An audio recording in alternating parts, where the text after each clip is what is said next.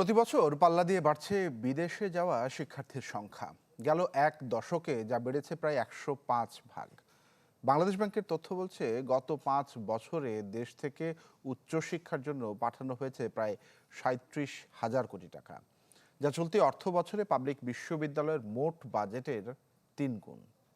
আবির হোসেনের রিপোর্ট, আর ক্যামেরাতে ছিলেন মুমিনুল হক আফান। থেকে একবার চলে যায় আর দেশে ব্যাক করে না। এটা আসলে তো আমাদের এটাও চিন্তা করা উচিত আসলে কেন ব্যাক করে না। কিছুদিন আগেই বুয়েটের বায়োমেডিক্যাল ইঞ্জিনিয়ারিং বিভাগ থেকে স্নাতক শেষ করেছেন Ratul Istiaq.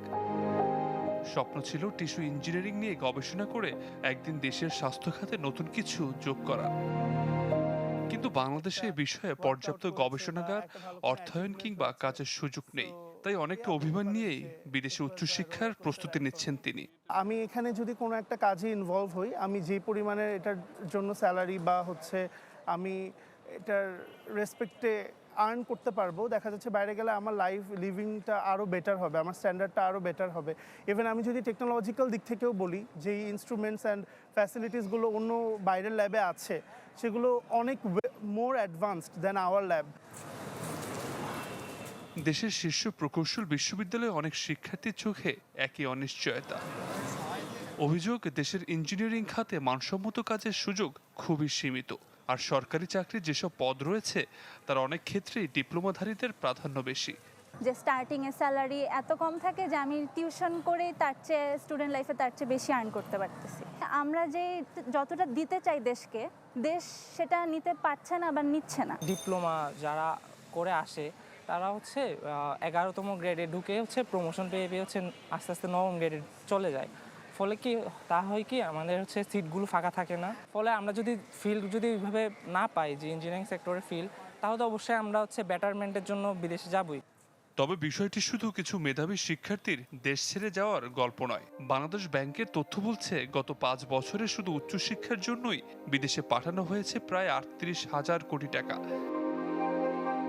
UNESCO institute for স্ট্যাটিস্টিক্সের তথ্য বলছে 2013 সালে বিদেশে অধ্যয়নরত বাংলাদেশের শিক্ষার্থীর সংখ্যা ছিল প্রায় 37,000, যা 2023 সালে এসে দাঁড়িয়েছে প্রায় 77,000।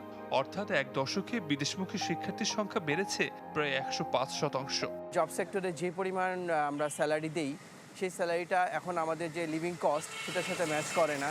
আরেকটা বড় ক্ষেত্র হচ্ছে যে আমাদের কাজের ক্ষেত্র, যে টেকনিক্যাল কাজের ক্ষেত্র, সেটা আমরা তৈরি করতে পারিনি। শিক্ষাবিদের মতে দেশের গতানুগতিক চাকরির বাইরে প্রযুক্তি ও গবেষণা ভিত্তিক খাতে এখনো পর্যাপ্ত কর্মসংস্থান ও মানসম্মত গবেষণার পরিবেশ গড়ে ওঠেনি। আমাদের একাডেমিয়া এবং আমাদের ইন্ডাস্ট্রির সাথে কিন্তু কোনো যোগাযোগ বা লিঙ্ক নাই। তো সুতরাং এইটাকে আরও কীভাবে করা, যেটার জন্য ডেডিকেটেড একটা পোস্ট থাকা, ইউনিভার্সিটিকে আলাদা সেন্টার করা যেখানে তারা এই কাজটা সবসময় করবে, তাহলে আমার ধারণা হয়তো বা আনএমপ্লয়েবিলিটি যে ব্যাপারটা ঘটছে সেটা একটু কমে যাবে। ক্ষমতায় আসার পর সব সরকারি শোনায় উন্নয়নের মহাপরিকল্পনার কথা, তবে সেই পরিকল্পনায় কি সত্যি মেধাবী তরুণদের ভবিষ্যৎ গুরুত্ব পায়? একটি মানসম্মত চাকরির অভাবে দেশ থেকে চলে যাওয়াই যেন একমাত্র সমাধান হিসেবে দেখছে মেধাবী তরুণরা। শিক্ষাবিদরা বলছেন শুধুমাত্র শিক্ষা বাজেট বাড়িয়ে নয়, তৈরি করতে হবে যথেষ্ট মানসম্মত কর্মসংস্থান এবং দিতে হবে সামাজিক নিরাপত্তা। তবেই হয়তো এসব মেধাবী তরুণদের দেশে রাখা যাবে। আবির হোসেন, চ্যানেল 24, ঢাকা।